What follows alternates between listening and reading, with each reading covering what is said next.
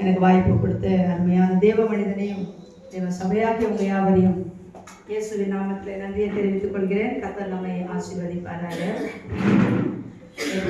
வேற பகுதியில் நம்ம கர்த்தருடைய கிருபையால அருமையாக நம்ம 5 விதமான வார்த்தையை கேட்டோம். 6வது வார்த்தையாக கேட்க போகிறோம். கர்த்தர் தாமே நமக்கு எவ்வளோ நன்மைகளை செய்ய, நம்ம எவ்வளோ நல்லா இருக்க இப்பொழுதுக்கு இவ்வளவாய் கர்த்தர் பாடுபட்டார். நமக்காக இறங்கி வந்து யோவான் 19:30 இயேசு காடியை வாங்கின பின்பு முடிந்தது என்று சொல்லி தலையை சாய்த்து ஆவியை ஒப்பு கொடுத்தார். அல்லேலூயா. ஆண்டவருடைய கிருபையால ஆண்டவர் நம்முடைய வாழ்க்கையில இந்த உலகத்துல இதெல்லாம் செஞ்சு முடிக்க நான் சொல்றேன். இந்த வார்த்தையை சொல்றதுக்கு இந்த பூமியில எத்தனை வருஷமா டைம் எடுத்தாரு? எத்தனை வருஷம் சொல்லுங்களேன் கொஞ்சம். வெறும் 3 வருஷம் தான் எடுத்தார். ஆமென். வெறும் 3 வருஷம் தான் எடுத்தார். ஆனா ஆண்டவராகிய தேவன் நமக்கு தம்முடைய ரட்சிப்பை கொடுத்த பிறகு பல நன்மைகளை கொடுத்து தான் அவர் ரட்சிப்பை கொடுக்கிறார். ஆமென். பல நன்மைகளை கொடுத்து தான் அவர் என்ன கொடுக்கிறாரு? ரட்சிப்பை கொடுக்கிறார். கர்த்தர் நம்ம ஒருத்தர் ஜெபிக்கிறாங்க, யாராவது ஒருத்தர் ஆண்டவரை பற்றி நமக்கு சொல்றாங்க, யாராவது ஒருத்தர் ஆண்டவர் நம்மை கொண்டு சந்திக்கிறாரு. அது நிமித்தமா நமக்கு ஒரு நன்மைகள் நடக்க ஆரம்பிக்குது. அதனால என்ன ஆகுதுன்னு பார்த்தீங்கன்னா, அவருடைய ரட்சிப்பை நம்ம விரும்புகிறோம், அவருடைய ரட்சிப்பை நம்ம ஏற்றுக்கொள்றோம். அந்த ரட்சிப்பை கொடுத்த தேவனுடைய வார்த்தை என்ன வருது? தேவனுமே என்ன முடிச்சேன்னு சொல்றாருன்னா, பிதாவானவர் அவரை உலகத்துக்கு ஒரு கட்டளையை கொடுத்து அனுப்புறாரு. ஆமென். என்ன கட்டளையை கொடுத்து அனுப்புறாருன்னா, பூமியில பல கஷ்டங்கள் உண்டு, பல பாடுகள் உண்டு, பல பிரச்சனைகள் உண்டு. இதை நீ என்ன பண்ணணும்னா, சகிச்சு சந்திச்சு ஜெயிச்சு என் மக்களுக்காக நன்மையை செஞ்சு, என் மக்களுக்காக நீ சிலுவையை பாட சுமந்து,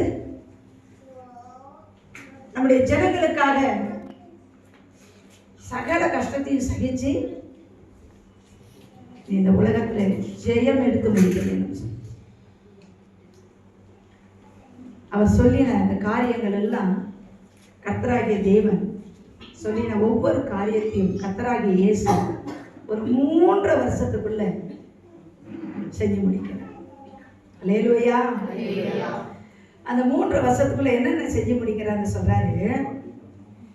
அதாவது யார் ஒருவர் ஸ்ட்ரைட்டா, இப்போ ஒரு அப்பா அம்மா நமக்கு சில விஷயத்த சொல்லுவாங்க, அதுல நல்ல விஷயம் தான் சொல்லுவாங்க.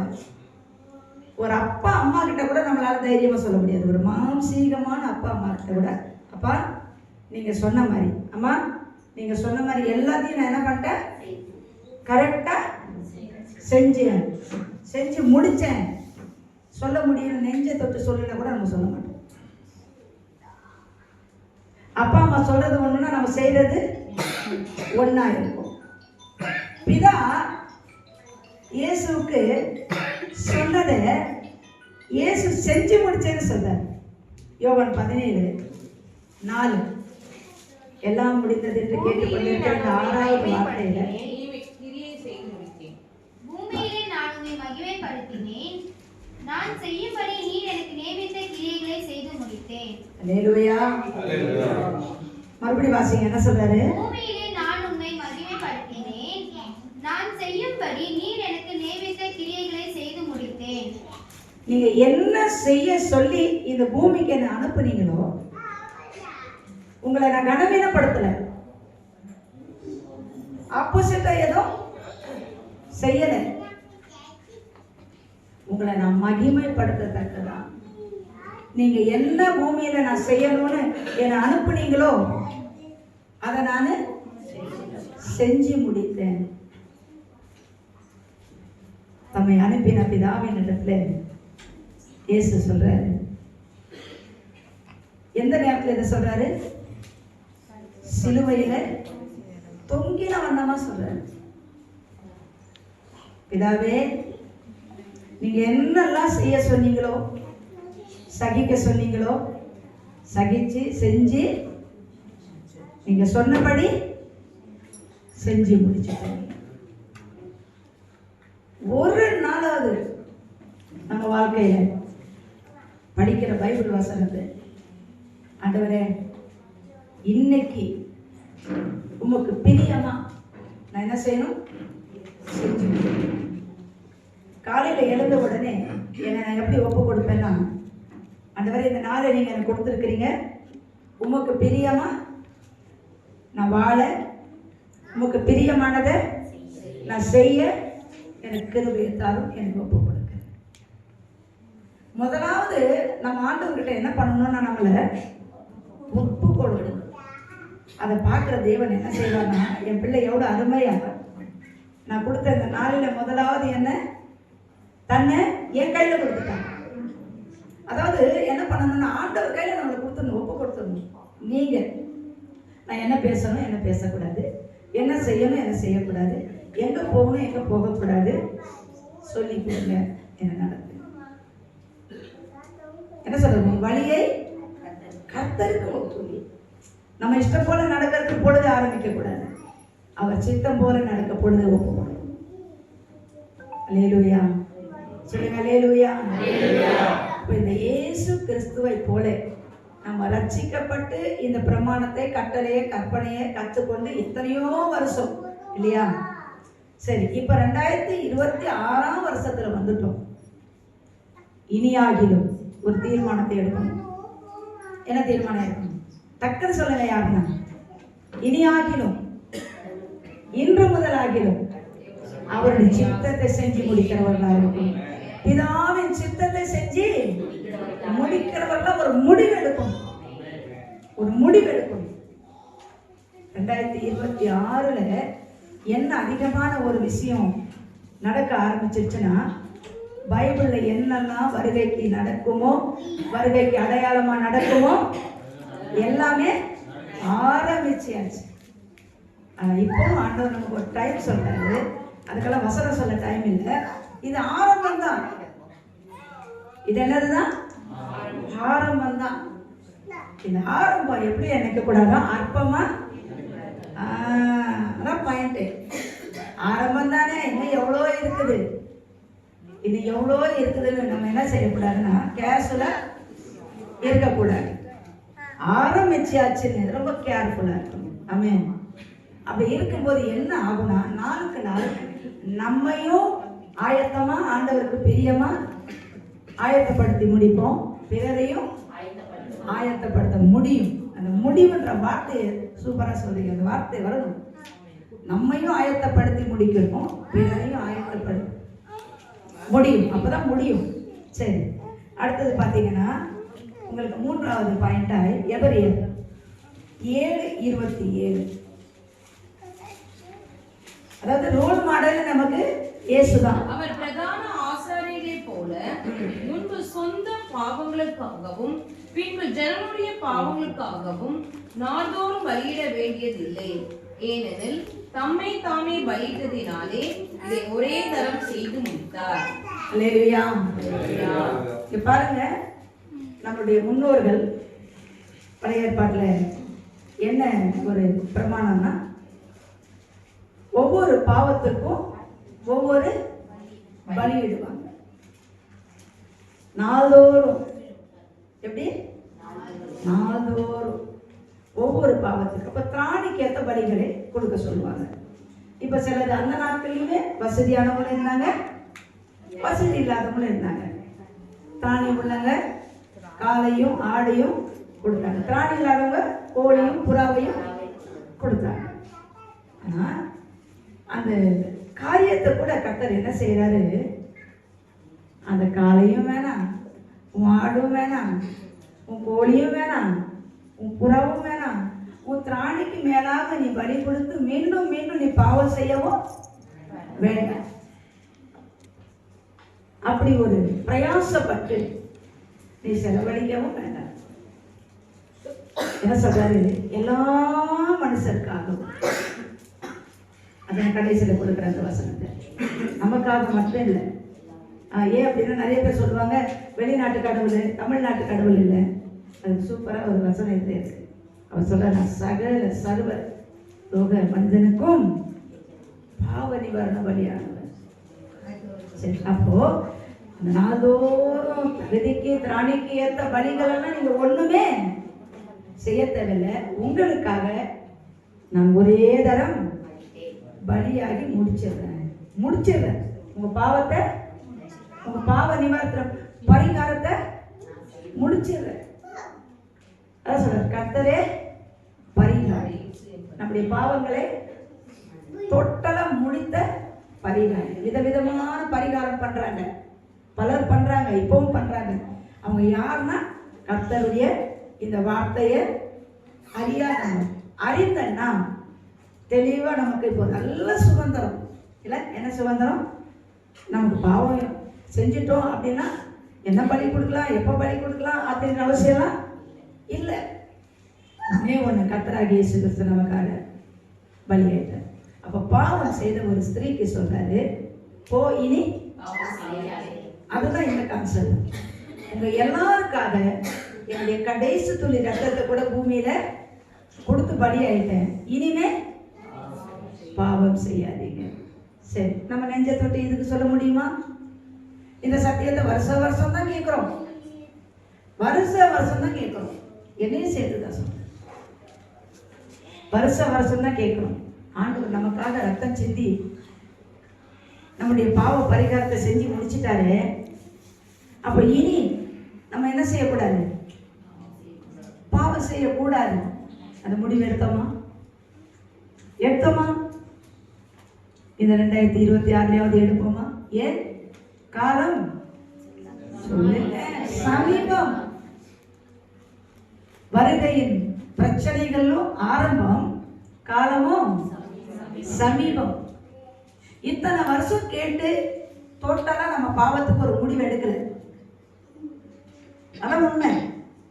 இந்த வருஷம் இன்று முதல் நம்மை ஆசீர்வதிப்பேன்னு சொன்னா மட்டும் ஆமேன்னு சொல்லுவோம், கைதாட்டுவோம், சிரிப்போம். இன்று முதல் இந்த வசனத்துக்கு கீழ்ப்படிந்து கர்த்தாவே நான் பாவம் செய்யாதபடிக்கு, மீண்டும் உடைய சிலுவையில நான் அறையாதபடிக்கு. நம்ம மீண்டும் பாவம் செய்யறதுக்கு என்ன அர்த்தமா? திரும்ப ஆண்டவரை நம்ம சிலுவையில் அறையணும். திரும்ப சிலுவையில் அறையிறதை பார்த்து ரசிக்கணும். எவ்வளவு பெரிய பாவம் தெரியுமா?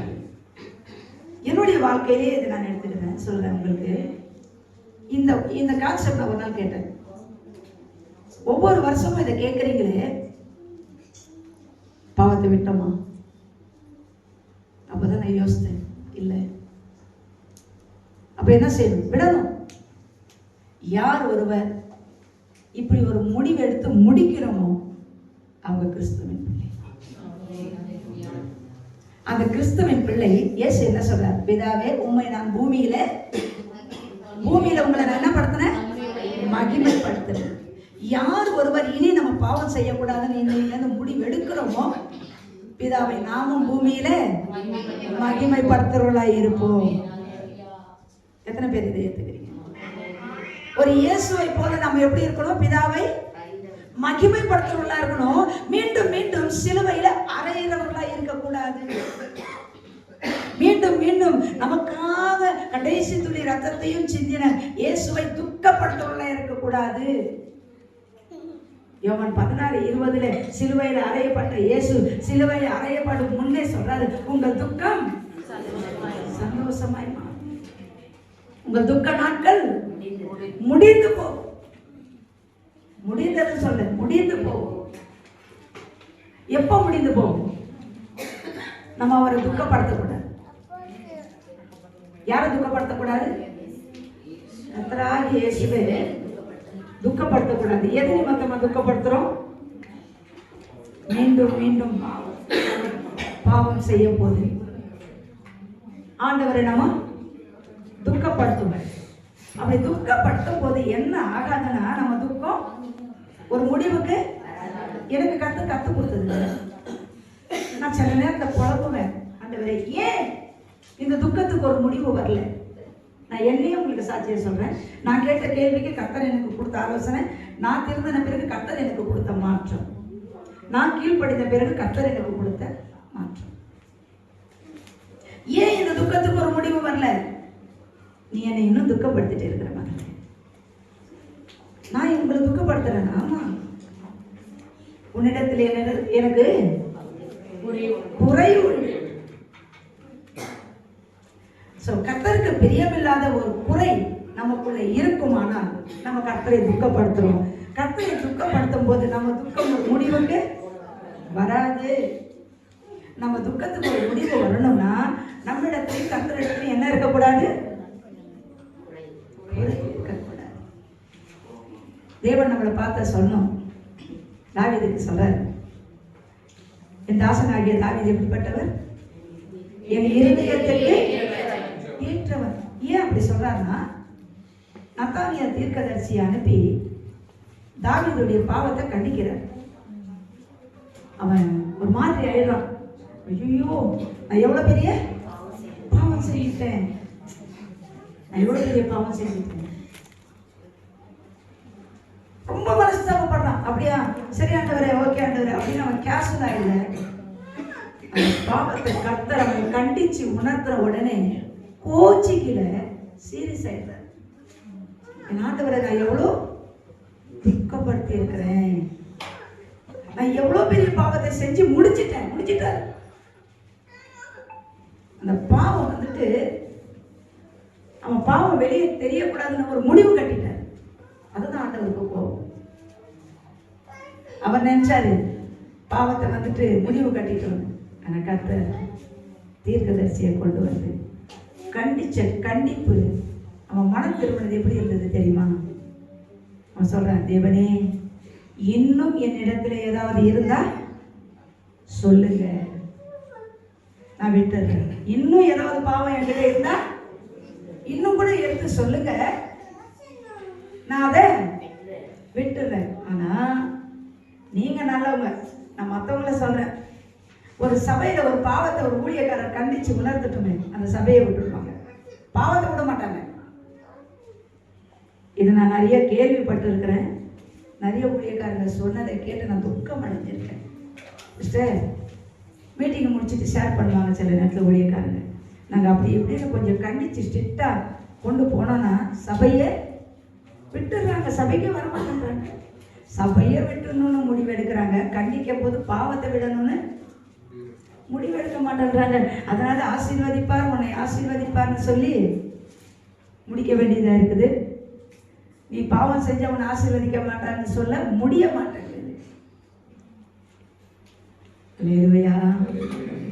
என்ன செய்யணும்னா, ஆவியானவர் வசனத்தின் மூலமாய் நம்மளை கண்டித்து உணர்த்தினா நம்ம பாவத்தை தான் விடணுமே, சபையை விடக்கூடாது. பாவத்தை தான் விடணுமே ஒழிய ஊழியக்காரனை விட்டு போகக்கூடாது. பாவத்தை தான் விடணுமே ஒழிய சத்தியத்துக்கு விரோதமாய் முறுமுறுத்துட்டு போகக்கூடாது. எத்தனை பேர் முடிவு எடுக்க போறோம்? ஆவியானவர் சபையில இன்னும் வசனத்தின் மூலமாய் நம்ம பேர் சொல்லி பேச மாட்டார் ஆண்டவர். பேசுறதுலயே நமக்கு தெரியும் இந்த வசனத்தின் படி நம்ம கிட்ட என்ன இருக்கு, பாவம் இருக்கு. இது நமக்கு ஆண்டவருக்கும் பிளவு உண்டாக்கிடும், உறவை முறிக்கும். அப்படியே நீடிச்சதுன்னா நம்ம பாவத்தை குறித்து ஆண்டவருடைய சத்தியத்துக்கு கீழ்ப்படியாமல் அவருடைய சத்தியத்தின் படி நம்ம வாழ்ந்து முடிக்கலன்னா அந்த பிளவு எங்கே போய் விட்டுடும்னா ஆண்டவருக்கும் நமக்கும் சம்பந்தமே இல்லாத நரகத்துக்கு கொண்டு போய் விட்டுடும். இந்த காலம் சமீபம், கர்த்தருடைய வருகைக்கான எல்லா அடையாளங்கள் ஆரம்பம், காலம் சமீபம். நம்ம எப்படி இருக்கணும்னா, சீக்கிரமாக வாசத்தில் டைம் ஆயிடுச்சு. எபேசியர் 6:13. இப்போ இயேசு கிறிஸ்து தன்னுடைய வாழ்க்கையில தேவன் தனக்கு கொடுத்த பிரமாணத்தை அவர் எப்படியெல்லாம் நிறைவேற்றினதை பார்த்தோம். தீங்கு நாளிலே அவைகளை நீங்கள் எதிர்க்கவும், சகலத்தையும் செய்து முடித்தவர்களாய் நிற்கவும், திராணி உள்ளவர்களாகும்படிக்கு தேவனுடைய சர்வாயுத வர்க்கத்தை எடுத்துக் கொள்ளுங்கள்.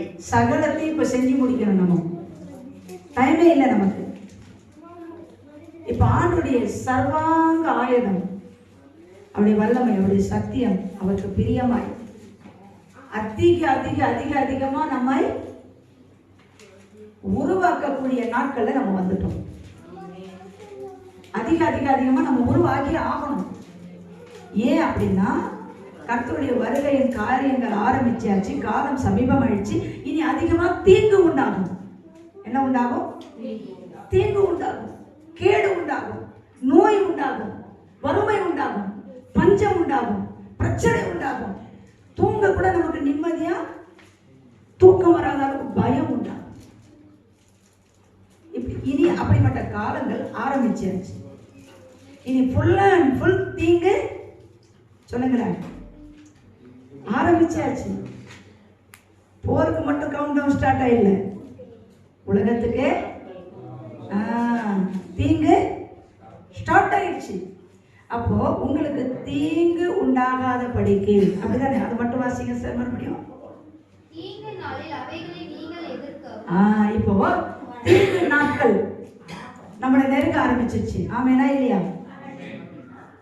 தீங்கு நாட்கள் நம்மளை நெருங்க ஆரம்பிச்சாச்சு.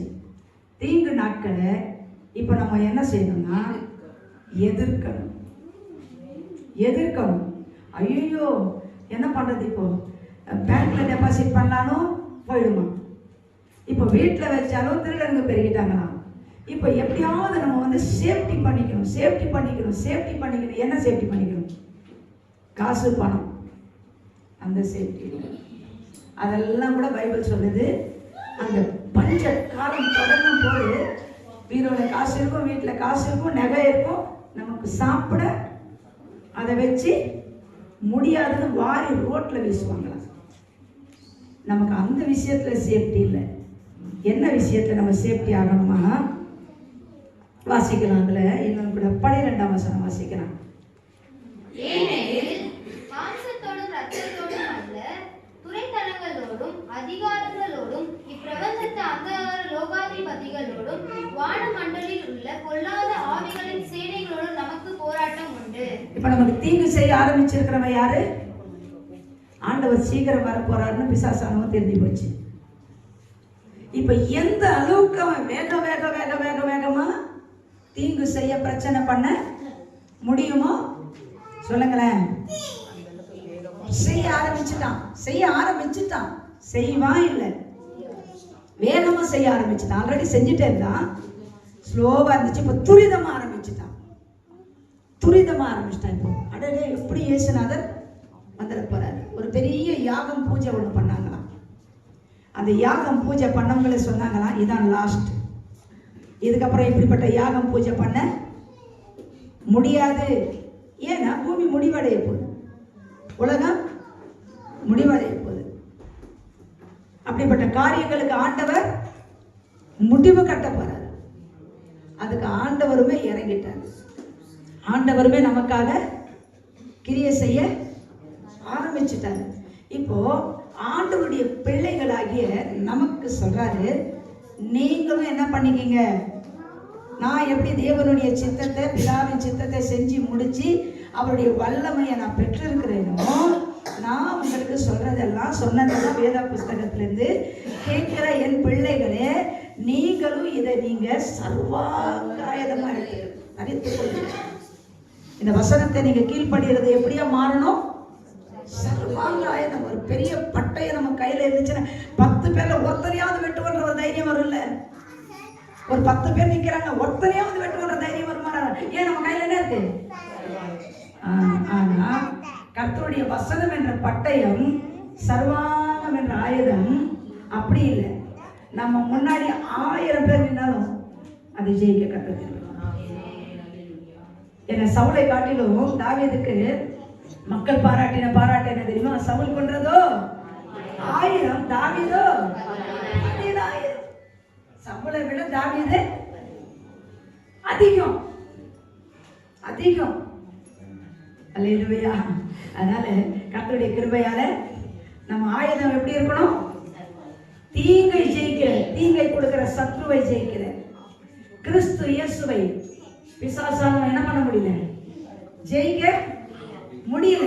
அது மாதிரி கர்த்தருடைய வல்லமையும் கர்த்தருடைய வார்த்தைக்கு கீழ்ப்படிதல் என்ற அபிஷேகமும் நமக்குள்ள என்ன இருக்கணும்னா, எப்படி இருக்கணும்னா, பிசாசானவன் உலகத்தான் என்ன தீங்கு கொண்டு வந்தாலும் ஜெபித்து ஜெயம் எடுக்கிறவளா இருக்கணும்.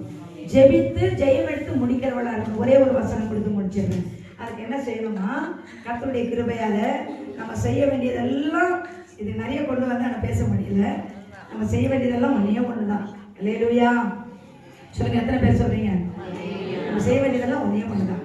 கர்த்தருடைய கிருபையால தாவீது தன்னை ஒப்பு கொடுத்த பிறகு கர்த்தருக்கு அவன் பயந்து, கர்த்தருக்கு அவன் வைராகியம், கர்த்தருக்கு அவன் பிரியமாய் வாழ ஆரம்பிச்சதுனால அவன் விசுவாசமா சங்கீதம் 138:8 சொல்றார், கர்த்தர் எனக்காக யாவையும் செய்து முடிப்பார். கான்பிடன்டா சொல்றாரு பாருங்க. நமக்கு ஒரு விஷயம் வேணும்னா கர்த்தர் என்ன செய்வாரு?